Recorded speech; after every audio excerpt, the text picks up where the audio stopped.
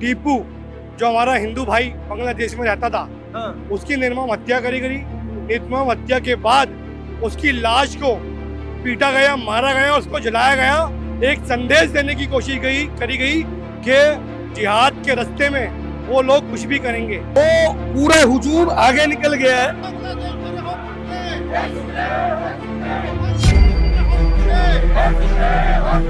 अब human rights का मानवाधिकार वाले कहाँ गए? एक व्यक्ति को इस तरीके से भीड़ को मारा जाता है, भीड़ के द्वारा जब वो अधमरा हो जाता है, उस व्यक्ति को जिंदा जलाया जाता है। अब ह्यूमन राइट्स कहाँ गया?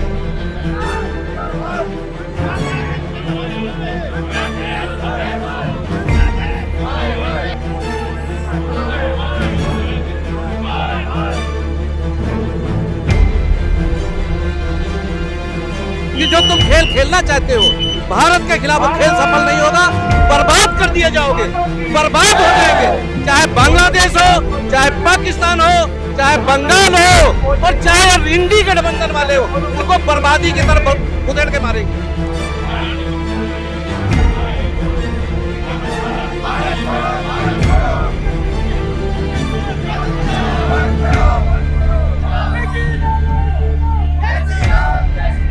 नमस्कार, मैं प्रभात रंजन मिश्रा, आप देख रहे हैं दी पैम्फलेट। इस वक्त मैं बांग्लादेश उच्चायोग से कम 1 किलोमीटर दूर। क्यों? क्योंकि विश्व हिंदू परिषद द्वारा यहाँ पे आज एक प्रदर्शन किया जा रहा था, जो होना तो बांग्लादेश उच्चायोग के सामने था, लेकिन एक लोकतांत्रिक देश कैसा होता है बांग्लादेश इसे समझे। नोबेल पुरस्कार प्राप्त कर चुके मोहम्मद यूनुस इसे समझे कि किस तरीके से एक देश के भीतर उच्चायोग की रक्षा की जाती है। दिल्ली पुलिस द्वारा जो है रोक दिया गया है बस लगा के, ताकि कोई भी व्यक्ति जो है वो इस बैरिकेडिंग को पार ना कर सके। अब ये प्रदर्शन हो क्यों रहा है?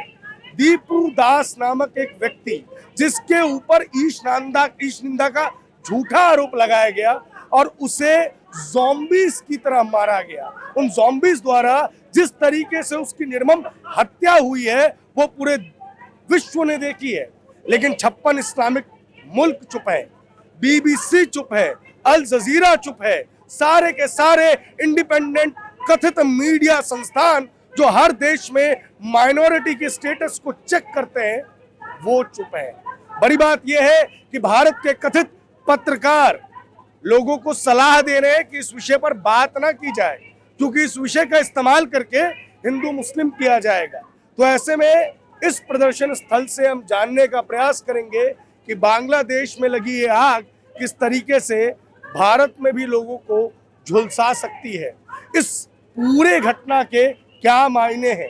एक देश जिसके जन्म में भारत का बहुत बड़ा हिस्सा रहा था, बहुत बड़ा भाग रहा था, जहां के सैकड़ों सैनिकों ने, लाखों सैनिकों ने उनके लिए लड़ाई लड़ी, कई लोगों ने अपना बलिदान दिया, वो मुल्क आज उन्हीं के बाशिंदों के साथ किस तरीके का व्यवहार कर रहा है। ऐसी कोई ताकत नहीं जो हमें हिंदुओं को सुरक्षित करने के लिए किसी को भी रोका जा सकती। किसी के भी रुकने से आज हम नहीं रुकेंगे, क्योंकि आज हमारे जो हिंदू भाई के साथ बांग्लादेश में कुछ दिनों से देख रहे हैं, आए दिन कुछ ना कुछ इनको बर्बरता से मार दिया जाता है। और अब तो सारी सीमाएं, अब ह्यूमन राइट्स का मानवाधिकार वाले कहाँ गए? एक व्यक्ति को इस तरीके से भीड़ को मारा जाता है, भीड़ के द्वारा जब वो अधमरा हो जाता है, तो उस व्यक्ति को जिंदा जलाया जाता है। अब ह्यूमन राइट्स कहाँ गया? अगर आज भी भारत के हिंदू नहीं जागे तो कब जागेंगे?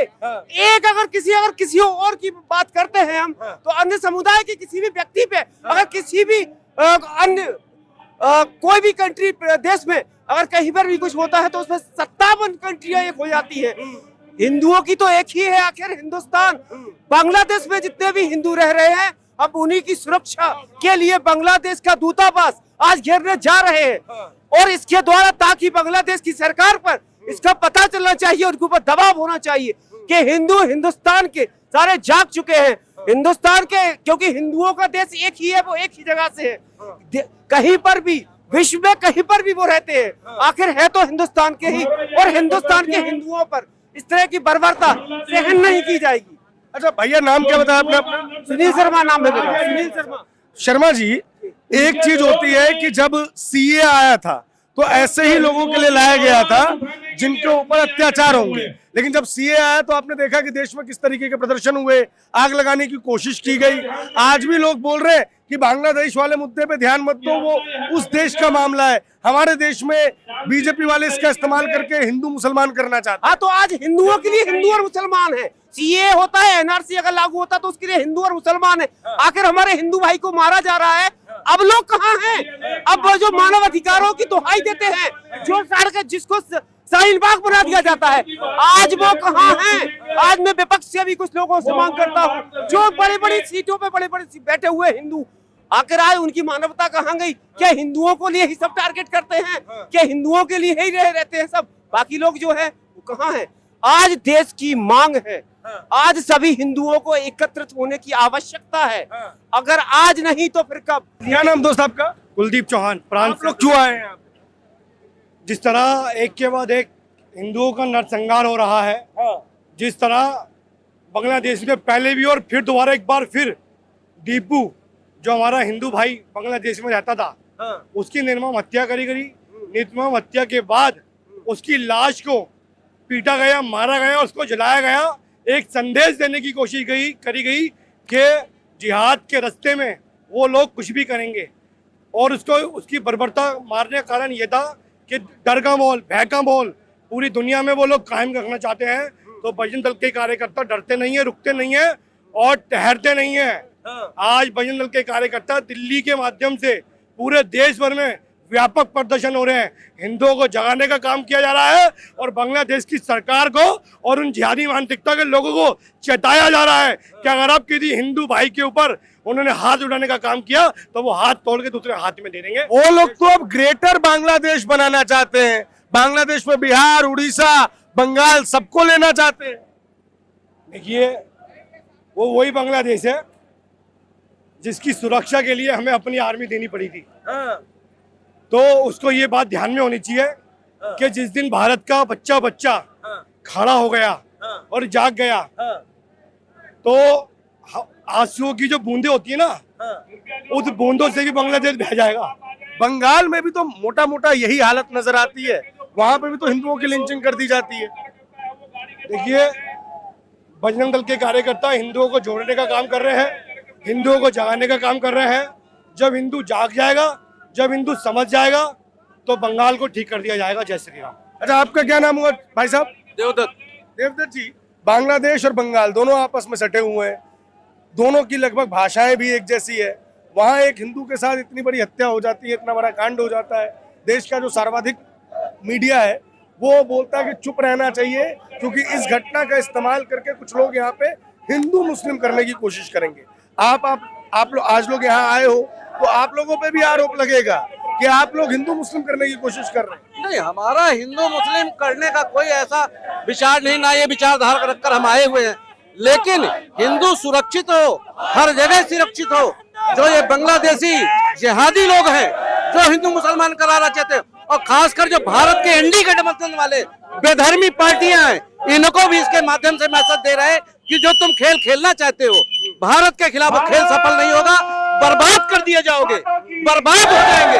चाहे बांग्लादेश हो, चाहे पाकिस्तान हो, चाहे बंगाल हो, और चाहे इंडी गठबंधन वाले हो, इनको बर्बादी की तरफ गुदेड़ के मारेंगे। बंगाल की भी हालत वैसी ही है जैसा बांग्लादेश की है। ये बंगाल की हालत हमारा नेहरू का बनाया हुआ संविधान, सबसे जो गलती की है नेहरू ने की है, ये कांग्रेसियों ने करी है। जो देश की दुर्गति और राष्ट्र की दुर्गति हो रही है, ये नेहरू के कारण हो रही है। इन्होंने संविधान में वो चीजें रखी हैं जो नेताओं को प्रोटेक्शन मिले, जनता को न्याय न मिले। अब मोदी जी उनको सुधार रहे हैं तो एनडीए गठबंधन वाले पागल हो रहे हैं। और इनके पीछे भी अभी कल भी पकड़ा गया है उत्तर प्रदेश में, ये आतंकवादी पार्टी, समाजवादी पार्टी जिसे कहते हैं, वहां का एक पकड़ा गया है जहर बेचते हुए, जहर के कारखाने चला रहा है।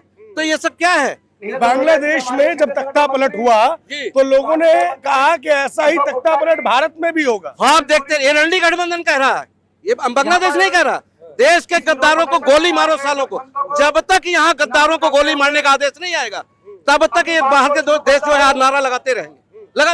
एक आप मेरी बात समझिएगा, भारत में कोई भी घटना होती है मुसलमानों के खिलाफ तो तमाम मुल्क बोलने लग जाते हैं, तमाम बड़े बड़े नेता बोलने लग जाते हैं।